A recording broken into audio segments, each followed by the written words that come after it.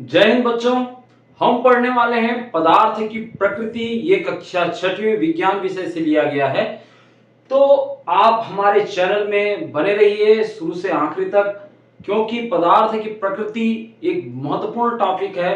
और इस चैनल को सब्सक्राइब कर लीजिए। चलिए क्लास को शुरू करते हैं। पदार्थ की प्रकृति देखते हैं कि पदार्थ की प्रकृति जो हम पाठ पढ़ेंगे ना इस वीडियो में, आपको वस्तु निर्माण में जो लगने वाले पदार्थ हैं इसके बारे में जानकारी मिलेगी। साथ में पदार्थ की जो विशेषताएं होती हैं, पदार्थ के अवस्था परिवर्तन के बारे में हम जानेंगे। साथ में उसके जो गुण हैं जैसे कि विलेयता, चुंबक के प्रति आकर्षण, चुंबकशीलता और पदार्थ की जो महत्वपूर्ण गुणों में पारदर्शिता, चालकता और विसरण के बारे में हम जानने वाले हैं। तो सबसे पहले हम वस्तु निर्माण में लगने वाले पदार्थ के बारे में हम जानकारी लेते हैं। देखिए एक सारणी बनी हुई है। अब इसमें जो है आप देखते हैं कि जो हमारे आसपास जितने भी पदार्थ हैं उसमें से कुछ पदार्थ जो हैं सजीव हैं, कुछ निर्जीव हैं। इसके बारे में तो हमने हमारा पर्यावरण में हमने पढ़ लिया है।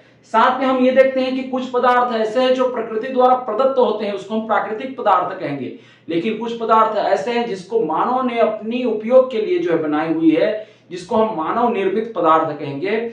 ये मानव निर्मित या तो एक ही पदार्थ से बनते हैं या तो फिर एक से अधिक पदार्थ की आवश्यकता होती है जो मानव निर्मित वस्तुएं हैं। जैसा कि हम देखें, हमारा घर को हम ले लें उदाहरण के तौर पर। घर में जो है जो जो पदार्थ की आवश्यकता रहेगी, जैसे कि उसमें रहेगा छड़ लगेगा, सीमेंट लगेगा, ईंट लगेगा। ये देखिए एक वस्तु के निर्माण में, एक चीज के निर्माण में किस तरह से पदार्थों की आवश्यकता होती है। ठीक है, यहां पर है सोडा वाटर। सोडा वाटर कहने का मतलब यह है जो पेप्सी या कोका कोला या थम्स अप जितने भी प्रकार के हैं जो सोडा वाटर हैं, और भी आजकल तो बहुत सारे ब्रांडेड के आ रहे हैं। तो उसमें हम देखें तो उसमें क्या क्या मिली रहती है, उसमें रहता है नमक, शक्कर, पानी एवं कार्बन डाइऑक्साइड, ये मिली रहती है। ये सब पदार्थ उसमें मिले रहते हैं। माने एक वस्तु जो है बनने में उसको कई पदार्थ की आवश्यकता होती है। पेन में हम देखें तो प्लास्टिक, धातु और स्याही लगी रहती है। ठीक है, बस्ता में हम देखें, बस्ता में आपका लग जाएगा क्या, कपड़ा लगेगा।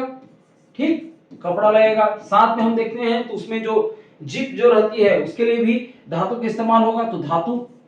ठीक, और प्लास्टिक भी लग सकता है। ठीक, तो ये बस्ता के निर्माण के लिए, बस्ता यानी थैला, बैग। पुस्तक में हम देखें तो पुस्तक में उसका जो धातु का जो पिन लगा रहता है, साथ में कागज की भी आवश्यकता होती है, स्याही भी लगता है।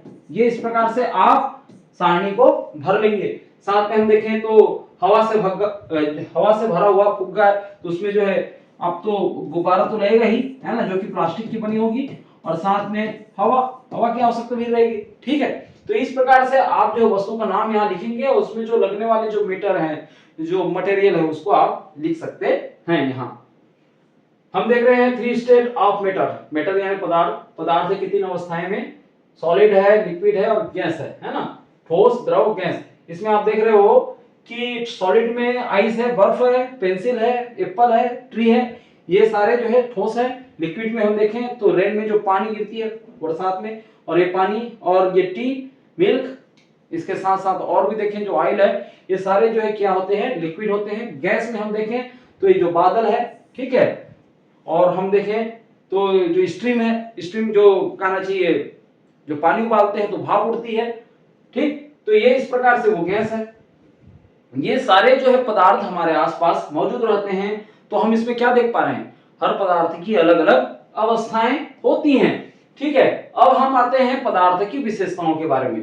पदार्थ की विशेषताओं में हम देखें तो ये एक सारणी बनी हुई है। इसका जो महत्वपूर्ण गुण है कि कोई पदार्थ को हम देख पाते हैं कि नहीं। जैसे ठोस है, क्या आप इसे देख सकते हैं, तो जी हाँ, ठोस को तो हम देख पाते हैं, द्रव को भी देख पाते हैं, लेकिन गैस को हम अपनी आंखों से नहीं देख पाते। ठीक है, तो ये गैस को हम नहीं देख पाते, तो इसको हम कट कर सकते हैं।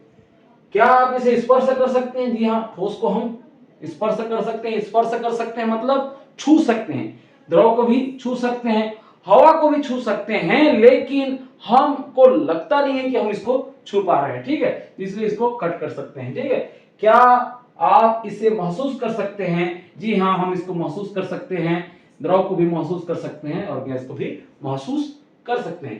तो क्या बात निकल के आ रही है? बात ये निकल के आ रही है कि ठोस वस्तु किसे कहते हैं? ठोस वह पदार्थ होते हैं जिसे हम देख सकते हैं, छू सकते हैं और महसूस भी कर सकते हैं। उसी तरीके से द्रव को भी हम छू सकते हैं, देख सकते हैं और महसूस कर सकते हैं, और गैस को हम छू सकते नहीं है और जो है हम उसको देख भी नहीं सकते, केवल उसको महसूस कर सकते हैं। ठीक है, यहां पर ठोस और द्रव में मूलभूत अंतर क्या है? ठोस का आकार निश्चित होता है, द्रव का आकार निश्चित नहीं होता, जिसकी बारे में हम जो है आगे हम बताने वाले हैं। और ठोस में जो है बहने का गुण नहीं होता, लेकिन द्रव में जो है बहने का गुण होता है। चलिए हम आगे स्लाइड में चलते हैं। यहां पर देखिए विभिन्न आकार के बर्तन हैं और बर्तनों में भरा हुआ है क्या? पानी भरा हुआ है। ठीक है, पानी तो वही है, अलग अलग बर्तन के अनुसार उसकी आकार वो चेंज हो गया। ये आकार जिस प्रकार से उसी प्रकार से पानी का आकार हो गया।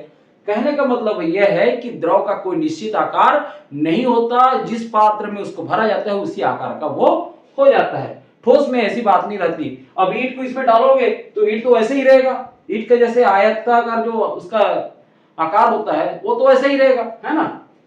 ठीक, अब हम देखते हैं यहां पर एक गैस स्थान घेरती है। इस चीज के लिए एक प्रयोग है, कैसे स्थान घेरती है। देखिए एक गहरा एक बाल्टी है, बाल्टी में जो है पानी भरा हुआ है, गहरा बर्तन है, ठीक है, बकेट है, आप बाल्टी ले सकते हैं, बड़ी बाल्टी, और उसमें जो है बोतल को जो है डाला गया है। बोतल को कैसे डाला गया है? बोतल में पहले पानी भर लिया गया है और पानी को उसी के अंदर में उड़ेल दिया गया, उल्टा कर दिया गया है। पहले उसकी जो मुंह है, उसका जो चौड़ा जो मुंह है, उसको जो है हम अंदर डालेंगे तो क्या होगा?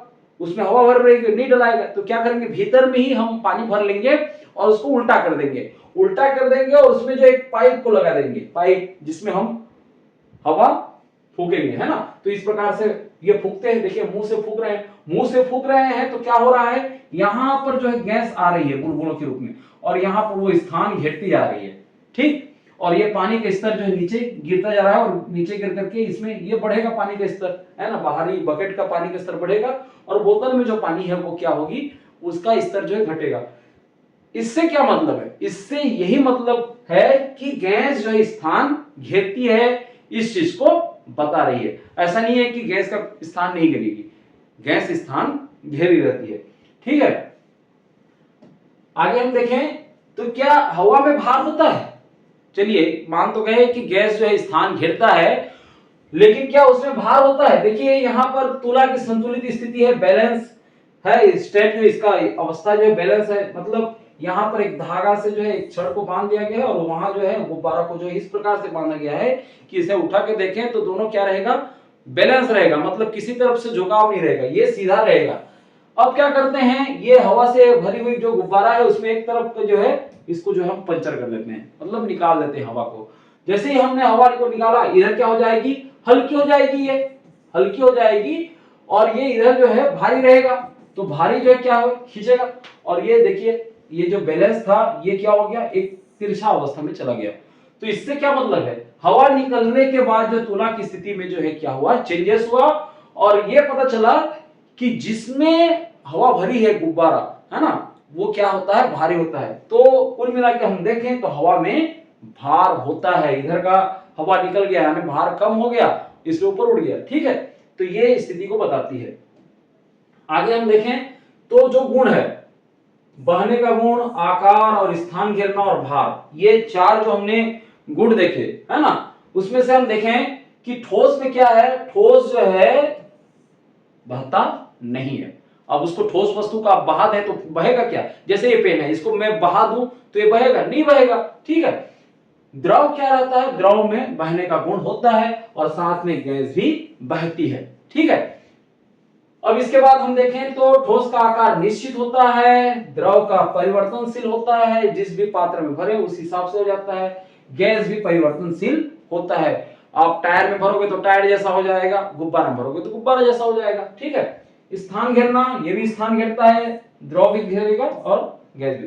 तीनों अवस्थाएं पदार्थ की तीनों अवस्थाएं जो है स्थान घेरती हैं, भार जो है सभी में होता है। ठीक, आगे हम देखते हैं कि पदार्थ की अवस्था परिवर्तन के बारे में हम जानते हैं यहां पर आप देख रहे हो कि जो पानी है, पानी की तीन अवस्थाएं प्रकृति में मिलती हैं। एक होता है ठोस, ठोस के रूप में, बर्फ होता है, सॉलिड है, ये बर्फ है, आइस, ठीक है, बर्फ, बर्फ जो है ठोस अवस्था में पाया जाता है, ठीक।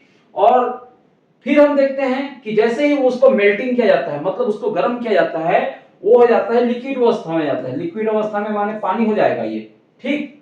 और फिर उसको और भी हम यदि गर्म करें तो उसका इवापोरेशन होता है और ये जो है गैस हो जाएगा, वाष्प हो जाता है, गैस बन जाता है, ठीक है, भाप बन के उड़ जाता है। और वही भाप जो ऊपर में जाकर के वातावरण जो ऊपर में ठंडी होती है, ठंडी होती है तो भाप क्या होता है, संघनित होती है, ठीक है, संघनित होकर के क्या होता है, फिर जो हवा है ना, मतलब जो भाप है वो संघनित हो जाएगी तो पानी की बूंदें वो बन जाती हैं, और पानी की बूंदें बनने के बाद वो भारी हो जाएंगी, फिर वो नीचे गिरती है बरसात के रूप में, ठीक है। तो ये इस प्रकार से होता है, ठीक। अब इसके बाद हम देखते हैं कि ये क्या है, फेजेस चेंज, मतलब उसकी अवस्थाएं जो है परिवर्तन हो रहा है। हम क्या करते हैं, बर्फ को गर्म करते हैं तो पानी, और पानी को गर्म करें तो ठंडी। फिर उसके बाद हम ये भी देखते हैं कि इसको जैसे ही हम ठंडा करते हैं ये बन जाएगा पानी, और पानी को और भी ठंडा करें, फ्रीजिंग करें तो हो जाता है बर्फ। तो इस प्रकार से चेंजेस होती रहती है पदार्थों में गर्म करने के बाद। एक और उदाहरण देते हैं कि यहाँ पर देख रहे हैं कि जलती मोमबत्ती है, जलती मोमबत्ती, मोम क्या है, ठोस अवस्था में है, और इसको हम जैसे हम जला रहे हैं तो ठीक है, जला रहे हैं तो ठोस जो है क्या हो जा रही है, वो सीधा इतनी अवस्था चेंज जो इतनी हो रही है जल्दी से। देखिए ये ठोस है, वो तो थोड़ा गर्म होगा तो पानी जैसा उसके यहाँ पर रहता है, लेकिन वो हमको उतना पता नहीं चलता, ये पता चलता है कि सीधा वो गैस बन जा रही है, ठीक है। लेकिन अवस्था जब परिवर्तन होती है तो ठोस से द्रव ही रहेगा, द्रव से गैस ही रहेगा। तो ये देखते इसको बुझाते हैं तो धुएं की एक लकीर सी दिखाई देती है, ठीक है। तो ये जलती मोमबत्ती, ये बुझी मोमबत्ती का ये चित्र है, और उस पर यदि हम माचिस के तिल्ली को लेकर के जाएं, जलती हुई माचिस की तिल्ली को, तो वो फिर आग बक्कल लेगी तो पुनः मोमबत्ती जल जाएगा।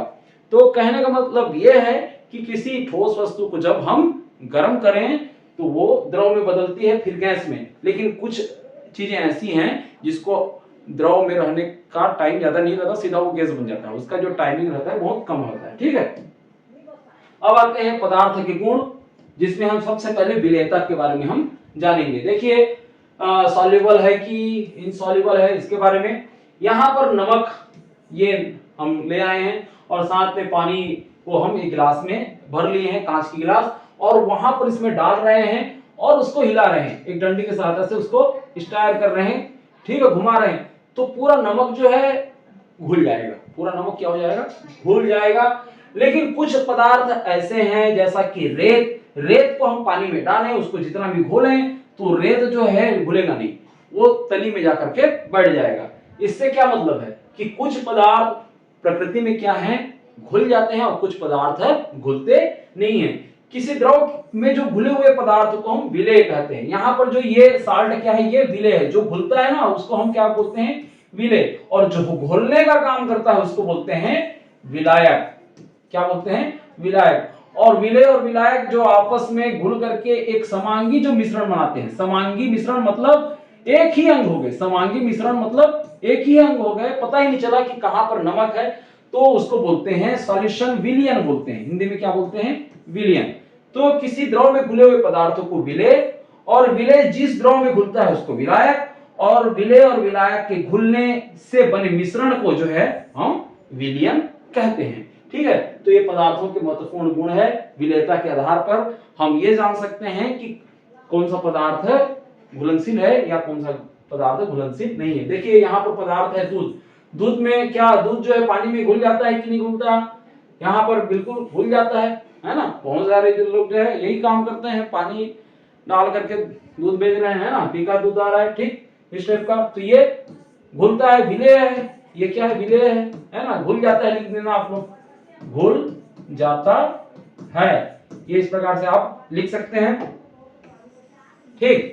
अब उसके बाद देखें तो मिट्टी का तेल, देखिए मिट्टी का तेल आजकल तो आता नहीं है ना, मार्केट में आ नहीं रहा है मिट्टी का तेल, जिसको केरोसिन बोलते हैं, पेट्रोल जैसा ही था। तो वो भी पानी में घुलता है कि नहीं घुलता है, जी हाँ, नहीं घुलता।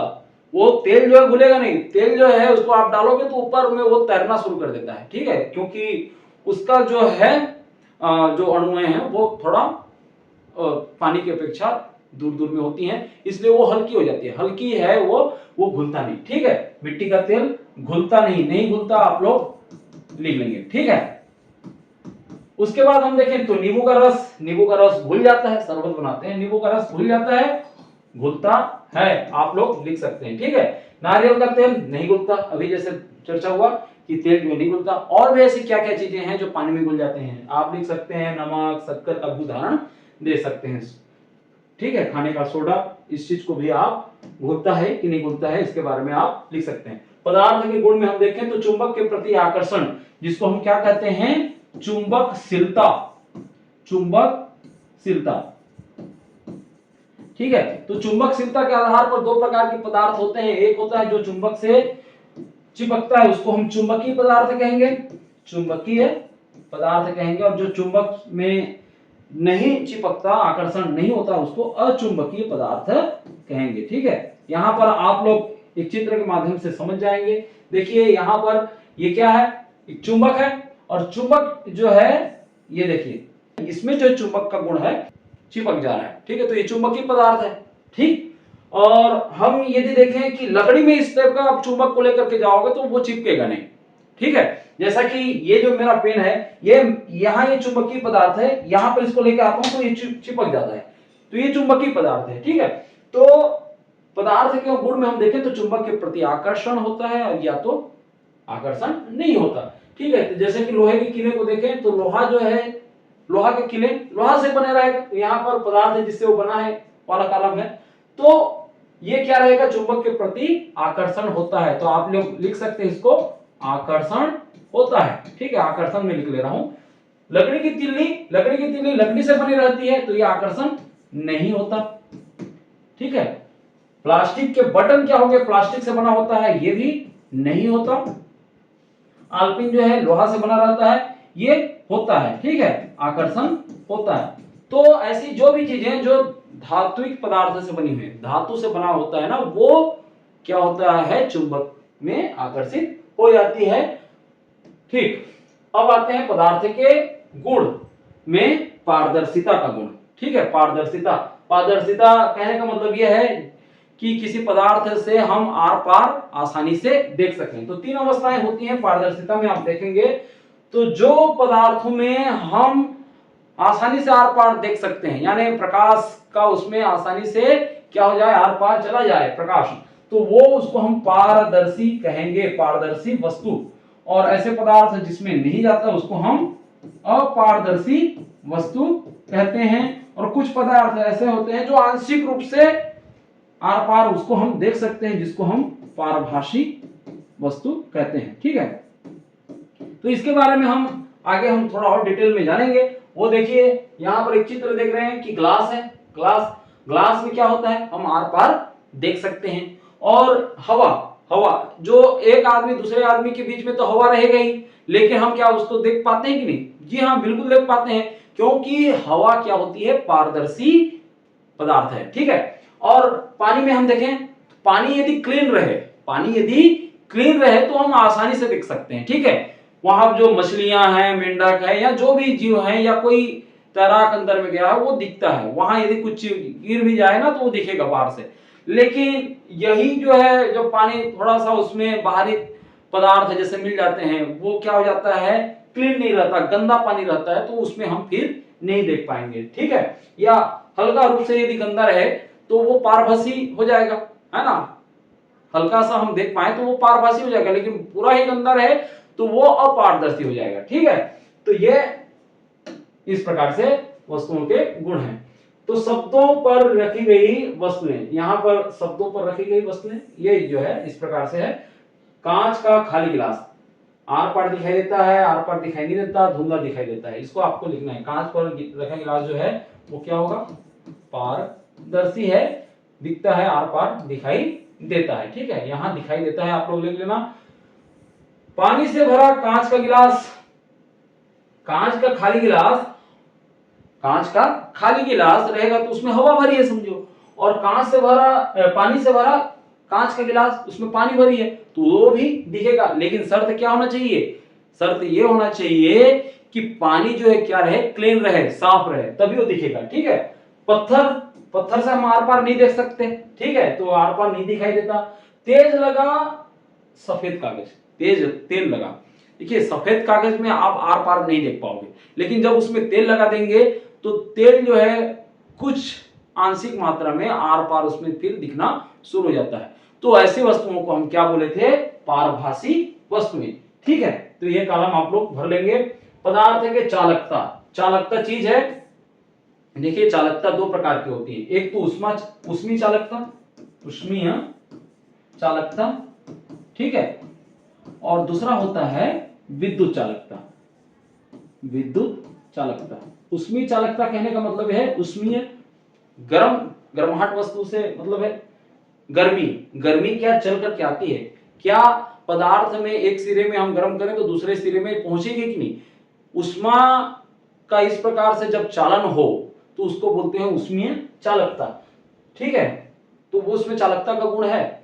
और विद्युत, विद्युत क्या होती है, बिजली, करंट है ना, धारा, विद्युत धारा, तो उसके एक सिरे में हम लगा दें दूसरे सिरे को छुए तो क्या उसमें विद्युत जो है चल करके आएगी कि नहीं, यदि कोई पदार्थ जिसमें आ जाती है तो वो विद्युत चालकता का गुण प्रदर्शित कर रहा है। तो इस प्रकार से हम देखें चालकता यानी चलने का गुण, चलने का गुण मतलब एक सिरा से दूसरे सिरा तक पहुंच रही है कि नहीं, तो ये इस प्रकार से है। तो उष्मीय चालकता दो प्रकार के, दो प्रकार की वस्तुएं होती हैं उष्मीय चालकता में, एक तो चालकता का गुण प्रदर्शित करेगा, है ना, और एक नहीं करेगा। उसी प्रकार से विद्युत चालकता के आधार पर भी पदार्थों के दो प्रकार कर सकते हैं, चालन का गुण रहता है, चालन का गुण नहीं रहता।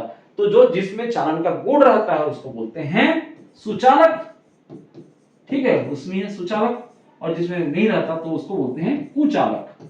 तो ठीक वैसे ही विद्युत चालकता का भी सुचालक और कुचालक। ठीक है, अब यहां पर देखते हैं, ये देखिए एक बीकर है, उसमें जो है गर्म जल है, गर्म जल भरा हुआ है, और ये धातु का चम्मच, ध्यान रहे धातु का चम्मच, धातु के चम्मच को डाल दिया गया है, और एक है लकड़ी का छड़, उसको डाल दिया गया है। गर्म जल है, किसको छूने से हाथ जल सकता है ना, जी हाँ, जो धातु की जो चम्मच है उसको आप छुओगे तो आप में गर्मी आएगी, वो जला देगा हाथ को। ठीक है, तो कहने का मतलब क्या है, कहने का मतलब यह है कि धातु की चम्मच जो है उष्मीय सुचालक है, उष्मीय चालक का गुण प्रदर्शित कर रहा है, ये सुचालक रहेगा। और आपका जो लकड़ी का जो छड़ है ये है कुचालक। ठीक है, अब आपको पता चल गया होगा कि जैसे ही हम कोई पतीली जो है डालते हैं हम स्टोव में, तो उसके जो हैंडल होते हैं, उसके हैंडल क्या होते हैं, प्लास्टिक कहना चाहिए, एक प्रकार का जो प्लास्टिक रहता है जो उसमें कुचालक होता है वो लगा रहता है, या तो लकड़ी का रहता है, या नहीं हम उठाएंगे भी तो क्या करेंगे, कपड़े के द्वारा उसको लपेट के हम उठाते हैं ताकि हमारा हाथ जो है न जले। ये क्यों होता है, ये उसमें चालकता की वजह से हम देख पाते हैं कि हैंडल में भी क्या आ जाती है, गर्मी आ जाती है। ठीक है, इसलिए उससे बचने के लिए ये लगाए जाते हैं। ठीक, तो उष्मा के सुचालक और कुचालक। ठीक वैसे ही नीचे में आप देखिए विद्युत चालकता को प्रदर्शित कर रहा है, ये चित्र में आप देख रहे हैं कि ये है आपका सेल बैटरी। ठीक है, और बैटरी में हम ये देखेंगे ये प्लस छोर है और ये माइनस है। ठीक है, ये यहाँ पर ये धनावेश और ये ऋणावेश। अब यहाँ पर ये ऋणावेश तरफ ये धातु की डिस्क रहती है, आप तो जानते ही हैं, है ना, बैटरी में, और धातु की टोपी ऊपर में लगा रहता है, और वहां पर ये सिक्का को डाल दिया गया है, सिक्का को डाल दिया गया। ठीक है, अब क्या कर रहे हैं कि एक विद्युत तार है यहां से लिया गया है, और इस बल्ब के बाहरी में क्या कर दिया गया है, उसको लपेट दिया गया है। और अब इसके लिए आपको विद्युत बल्ब का पूरा संरचना जब बताएंगे ना तभी आप लोग इसको समझ जाएंगे। ठीक है, मतलब ये आपका ऋणावेश उस ऊपर में जा रहा है, और यहाँ पर जो है बल्ब का जो बीच में जो है टोपी रहती है मतलब धातु की, उसको संपर्क करने के लिए यहाँ पर सिक्का लगा दिया गया है। सिक्का है वो क्या है, विद्युत चालकता को प्रदर्शित कर रहा है। यदि धातु के सिक्का की जगह में हम लकड़ी यदि रखते हैं तो वो जलेगा नहीं। आप तो जानते हैं कि बैटरी जो है, बैटरी एक प्रकार का विद्युत प्रदान करता है, और ये बल्ब को क्यों लगाया है, ताकि विद्युत यदि प्रवाहित हो रही है एक सिरे से दूसरे सिरे में यदि प्रवाहित हो रही है तो वो जलेगा। तो वो दिखाने के लिए कि हाँ विद्युत का सुचालक है, उसके लिए हम बल्ब का प्रयोग किए हैं, और सिक्का वो उसको चेक कर रहे हैं। ठीक है, इसके जगह में हम प्लास्टिक का यदि रख दें तो उसमें नहीं होगा। तो ये इस प्रकार से। अब हम आपको बताते हैं कि बल्ब किस तरह से बनी रहती है। आप देख रहे हो कि ये बल्ब है, ठीक है, ये कांच है और उसमें जो है ये आपका धातु ये लगा हुआ है। और यहां पर देखते हैं ये जो है ना, ये एक टर्मिनल है, मतलब एक सिरा है, ठीक है, और यहां पर ये फिलामेंट ये लगी हुई है, तंतु जो कि जलता है। ठीक है, यहां पर आप देख रहे हो उसका थोड़ा सा अच्छा मतलब चित्र है, ताकि ये इसमें जो है वो अच्छा स्पष्ट रूप से इसमें दिखे। आप यहां पर देख पा रहे हो कि एक हो गया, ठीक है, तंतु, और उसमें जो है धातु की दो इस प्रकार से तार नीचे की ओर आई है, और उसमें से हम देख रहे हैं कि ये जो बाहरी रूप से जो धातु जो लगी रहती है ना पतली चादर, उसमें एक लगा हुआ है, और ये जो है सीधा जो है यहां करके एक टर्मिनल में ये लगा हुआ है। कहने का मतलब ये है कि यहां पर जो है आपका धन आवेश रहेगा, और ये यहां पर आपका ऋण आवेश। इस प्रकार से अलग अलग हम विद्युत के छोरों को, अलग अलग आवेश के छोरों को इसमें वो कर सकते हैं। तो क्या होता है, यहां वो जलना शुरू हो जाता है, फिलामेंट जो जलना शुरू हो जाता है। ठीक है, तो ये धातु का ढांचा है, मेटल बेस, ठीक, और ये धातु की नोक होती है। तो ये इस प्रकार से टार्च का बल्ब जो है ये बना होता है। आगे हम देखें तो पदार्थ के गुण में हम देखते हैं विसरण। विसरण माने एक प्रकार से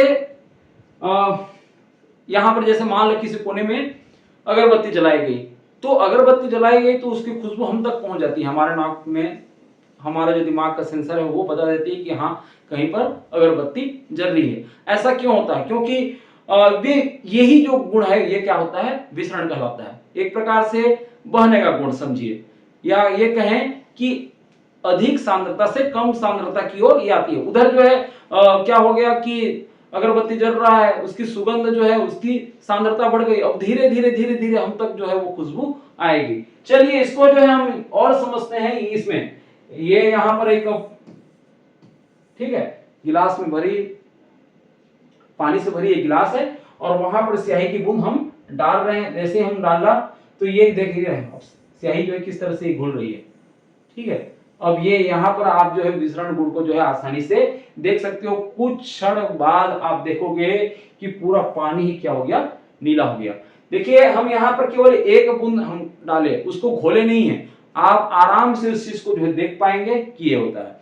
ठीक है, तो पदार्थ है कि इस प्रकार के गुण को ही विसरण गुण कहते हैं। ठीक है, अब आते हैं इस पूरे पाठ का जो सार है, हमने जो क्या क्या सीखा। सभी पदार्थ पदार्थों से बनी होती है, सभी पदार्थों का भार होता है, वे स्थान घेरते हैं। पदार्थ की तीन अवस्था होती है, ठोस, द्रव, गैस होती है। ठोस पदार्थों के आकार निश्चित होते हैं तथा वो एक निश्चित स्थान घेरते हैं। द्रव का भी आकार जो है निश्चित नहीं होता, परिवर्तनशील होता है, बदलता रहता है, परंतु एक निश्चित स्थान घेरते हैं। गैसों का आकार जो है निश्चित नहीं होता और वो उपलब्ध स्थान को घेर लेती हैं। उपलब्ध स्थान को घेर लेती है कहने का मतलब यह है कि जैसे मिट्टी में आप देख लो, मिट्टी को यदि पानी में डालोगे तो उसमें से वायु का बुलबुला निकलेगा, वहां पर पता ही नहीं चलेगा कि कोई स्थान है, लेकिन हाँ उनको जितना भी स्थान मिल जाता है ना उसमें वो प्रवेश कर जाते हैं। ठीक है, ऐसे पदार्थ जो जल में मिलाए जाने पर घुल जाते हैं उसको जल के विलेय कहते हैं, और जो जल में नहीं घुलते उनको जल में अविलेय कहते हैं। जिन पदार्थों के दूसरी ओर रखी वस्तुओं को आसानी से देखा जा सकता है उसे पारदर्शी, और जिसमें आर पार नहीं देख सकते उसे अपारदर्शी, और जिनके आर पार धुंधला दिखाई दे उसे अल्प पारदर्शी या पारभासी पदार्थ कहते हैं। ऐसे पदार्थ जो ऊष्मा को एक सिरे से दूसरे सिरे तक जाने देते हैं उसको ऊष्मा का चालक, और वे पदार्थ जो ऊष्मा का चालन नहीं करते वो ऊष्मा के कुचालक कहलाते हैं। वे पदार्थ जिनसे होकर के विद्युत धारा प्रवाहित होती है विद्युत के सुचालक, और जिनसे होकर के विद्युत धारा प्रवाहित नहीं होती उसे विद्युत के कुचालक या विद्युत रोधक कहते हैं। चुंबक की ओर आकर्षित होने वाले जो पदार्थ हैं उसको चुंबकीय पदार्थ, और चुंबक की ओर आकर्षित जो नहीं होते उसे अचुंबकीय पदार्थ कहते हैं। किसी द्रव या गैस में या अन्य पदार्थ जिसमें ठोस, द्रव, गैस के समान रूप से फैल जाने वाली जो स्वाभाविक प्रवृत्ति को हम विसरण कहते हैं। एक बार और, कोई भी गैस हो या द्रव हो उसमें किसी अन्य पदार्थ, चाहे वो अन्य पदार्थ ठोस हो सकता है, द्रव हो सकता है, या गैस हो सकता है, ठीक है, किसमें, द्रव या गैस में, कोई भी पदार्थ चाहे वो ठोस हो, चाहे द्रव हो, चाहे गैस हो, उसके समान रूप से फैल जाने की, समान रूप से, पूरा समान रूप से, जैसे रंगीन हो गया था, आपने देखा होगा यहां पर, ये पूरा समान रूप से जो है ये क्या हो गया था, फैल गया था, तो इसको ही बोलते हैं समान रूप से फैल जाने की स्वाभाविक प्रवृत्ति। स्वाभाविक प्रवृत्ति, उसमें अतिरिक्त बल नहीं लगाया गया था, उसको घोला नहीं गया था, स्वाभाविक रूप से वो फैल गया था, तो उसको ही हम विसरण कहते हैं। विद्युत सेल में दो टर्मिनल होते हैं, एक धन टर्मिनल और एक दूसरा है ऋण टर्मिनल, ठीक है, ये इस प्रकार से हमने जाना। अब आते हैं कुछ प्रश्न है, यहाँ पर देखते हैं कि उपयुक्त उत्तर का चयन कीजिए। जल वाष्प पदार्थ की कौन सी अवस्था है, जल वाष्प, वाष्प है, द्रव अवस्था है। निम्न में से कौन सी पदार्थ जल में घुलनशील है, कपड़े धोने का सोडा कि रेत या नीला धोता कि नमक। जल में घुलनशील नहीं, अघुलनशील की बात किया जा रहा है, अघुलनशील, घुलनशील नहीं है ना, तो इसमें रेत जो है अघुलनशील है, बाकी ये जो तीनों पदार्थ हैं, कपड़े धोने का सोडा, नमक और नीला धोता, ये घुल जाते हैं। इनमें से कौन सा पदार्थ चुंबकीय नहीं है, लोहा, निकल और कोबाल्ट और ये सोना। अब इसमें से आप देखोगे तो सोना जो है ये चिपकता नहीं है, ठीक है। निम्न में से कौन सा पदार्थ विद्युत का सुचालक है, विद्युत का सुचालक, सुचालक बोल रहा है, तो यहाँ पर लकड़ी, प्लास्टिक और बेकेलाइट, बेकेलाइट वही जो कुकर में लगा रहता है, वो जो प्लास्टिक का जो बोला था ना, वही बेकेलाइट का है।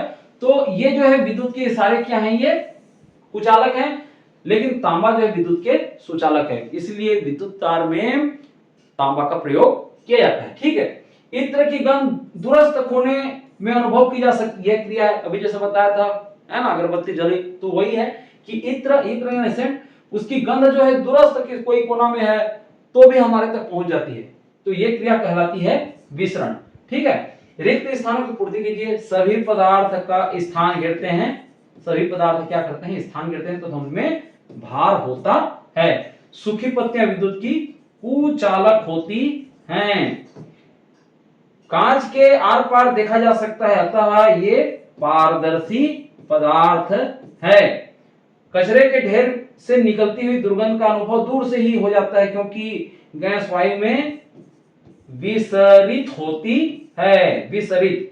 ठंड के दिनों में स्वेटर पहना जाता है, क्योंकि स्वेटर तथा वस्त्र के बीच में हवा उष्मा का क्या होती है, कुचालक होती है, ठीक है, इसलिए उसको पहना जाता है।